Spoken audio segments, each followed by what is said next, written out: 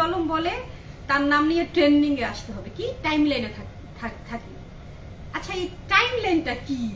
Time লাইনে কি এই যে সাংবাদিক ডেকে এনে এনে কথা বলে টাইম লাইনে থাকতে হবে?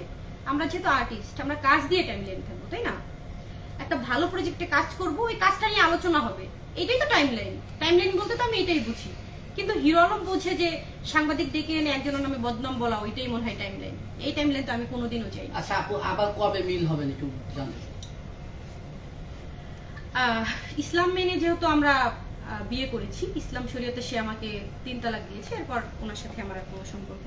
অনেকবারই তো এরকম হয়েছে যে অনেকবার ছেড়ে না, চলে যাচ্ছে। না অনেকবার না। আচ্ছা আমি এখন যেটা বলবো সেটা হচ্ছে হিরো আলমের নামে যে গ্রেপ্তারি পরোয়ানাটা হয়েছে, আমার মামলা করার রাইট আছে। আমি যেহেতু বাংলাদেশের নাগরিক, আমি মামলা করেছি, সে হাজিরা দেয় নাই, আমার জামিন বাদে চাওয়ার রাইট আছে। আমি তো বাদী, আমি তো চাইবই। তো সেই ক্ষেত্রে তাকে আদালত গ্রেপ্তারি পরোয়ানা দিয়েছে, সে আমার উপরে খেপে গিয়ে উল্টাপাল্টা কথা বলতেছে, এটা তার বোকামি। আমি বলবো এটা তোমার বোকামি। কি মামলা করেছেন একটু জানতে চাই। মামলা করেছি, সে দেখেছেন যে আমার বাসায় গিয়ে সে প্রচুর গ্যাঞ্জাম করেছিল, ছেলে পেলে নিয়ে গিয়ে অনেক ঝামেলা করেছিল।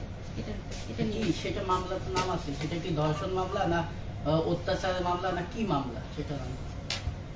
না আপনি তো অত্যাচার করছেন আর অ্যাটাক করছেন, মামলার কি একটা ধরন আছে, কি মামলা? মামলার ধারাগুলো দেয়া আছে, আমি আপনাকে কাগজ দিব। হ্যাঁ ঠিক আছে, আর আমি আর কোনো কথা বলতে চাচ্ছি না। শেষ আপনি কবে আবার হচ্ছে মিডিয়াতে কন্টিনিউ কাজ করবেন?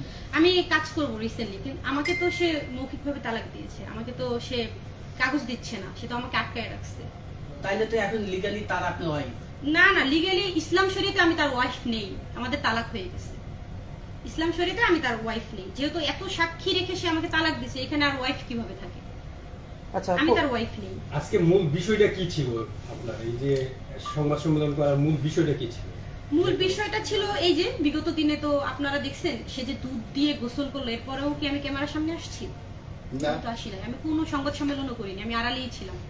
কিন্তু সে গতকালকে যেটা করছে আমার খুব খারাপ লাগছে। আমি তো বাদী, আমি তো জামিন নামঞ্জুর চাইবই। আদালত তো না বুঝে না শুনে জামিন নামঞ্জুর করেনি, আচ্ছা তাই না? তাকে গ্রেফতারি পরোয়ানা দিয়েছে, সে কেন সংবাদ সম্মেলন করে আমাকে গালাগালি করবে, আমাকে বাজে কথা বলবে, আমার বংশ তুলে কথা বলবে? এটা তো তার রাইট আছে, এটা তো কোনো রাইট নেই তার। আচ্ছা বারবার ম্যাক্স কবির নামটা উঠে আসে যে আপনি নাকি তাকে ছাড়িয়েছেন, এটা কতটুকু সত্য? এটা একদমই মিথ্যা কথা, কারণ ম্যাক্স অভির কি কোনো গার্ডিয়ান নেই? আমাকেই কেন ছাড়াতে হবে? ম্যাক্স অভির ভিতরে গেছে, তার ফ্যামিলি আছে না, তার ফ্যামিলি তাকে জামিন করেছে। ম্যাক্স অভির সঙ্গে আর জীবনে কখনো দেখা যাবে না? দেখা যেতেই পারে। ম্যাক্স অভির সাথে আমি জুটি বেঁধে বিগত দিনে কাজ করেছি, সামনে করতেও পারি। কবে সেটা সময় হলে তো দেখতেই পাবে সবাই। কাজ করলে তো আর আমি নিজে দেখবো না, কাজ করলে তো দর্শকরাই দেখবে। আচ্ছা আপু কাট দাও। ম্যাক্স ছবির সাথে আপনি যদি কাজ করেন, এটা আসলে হিরো আলম কেন সহ্য করতে পারে না? এখন এটা হিরো আলমই ভালো জানে হিরো আলম কেন সহ্য করতে পারে না। হিরো আলম তো 10টা মেয়ে নিয়ে কাজ করে, কই আমার তো কোনো জেলাসি নেই, কিন্তু আমাকে নিয়ে তার জেলাসি খুব। আমি আজকে কাজ করি, কালকে সে কট বানায় ফেলবে সেটাকে। আর সে যে এত কিছু করে সেটা নিয়ে আমার হেডেক নেই, কারণ আমি তো আসলে ঝামেলার মধ্যে থাকতে চাই না। আমি ঝামেলা পছন্দ করি না, আমি বারবার ক্যামেরা ডাকতে চাই না।